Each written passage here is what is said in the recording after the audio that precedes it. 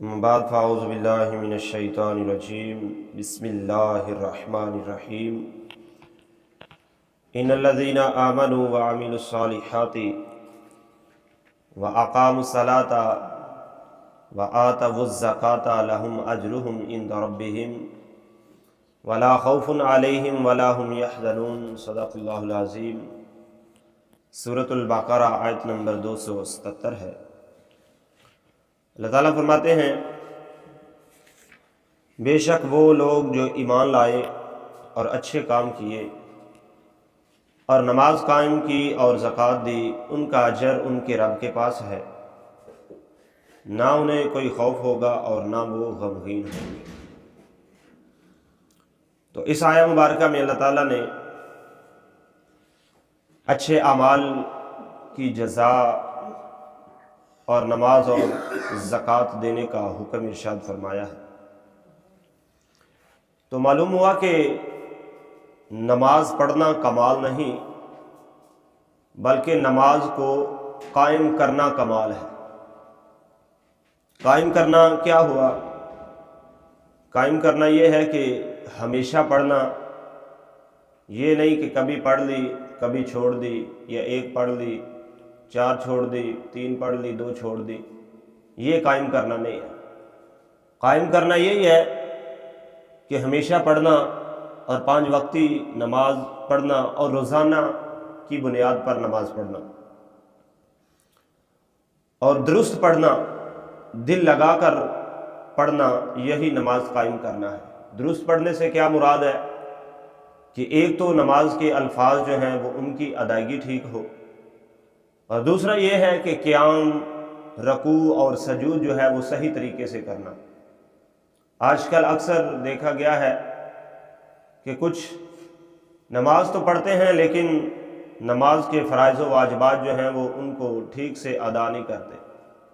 رکوع کیا، رکوع سے تھوڑا سا اوپر ہوئے، ہلکا سا اوپر ہو کر پھر فوراً سجدے میں چلے گئے، تو یہ طریقہ جو ہے یہ بالکل غلط ہے۔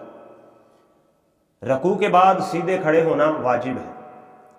اگر کوئی سیدھا کھڑا نہیں ہوتا بلکہ رکوع سے تھوڑا سا اوپر ہو کر پھر سجدے میں چلا جاتا ہے تو اس کا واجب رہ جائے گا، تو واجب رہ جائے تو نماز نہیں ہوتی۔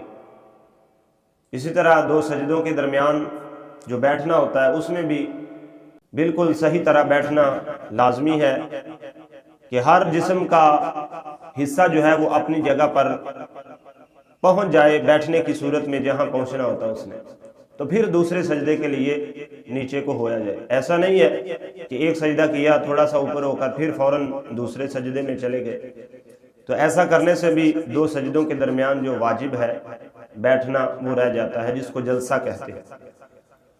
تو یہ بھی اچھا کام نہیں ہے۔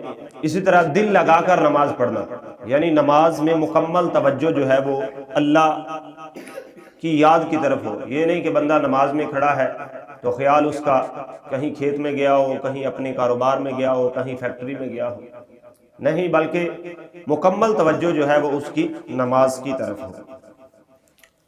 آگے اللہ تعالیٰ نے فرمایا اور زکوٰۃ دینا اور ان کے رب کا اجر ان کے پاس ہے، ان میں کوئی خوف نہیں نہ کوئی غم ہے۔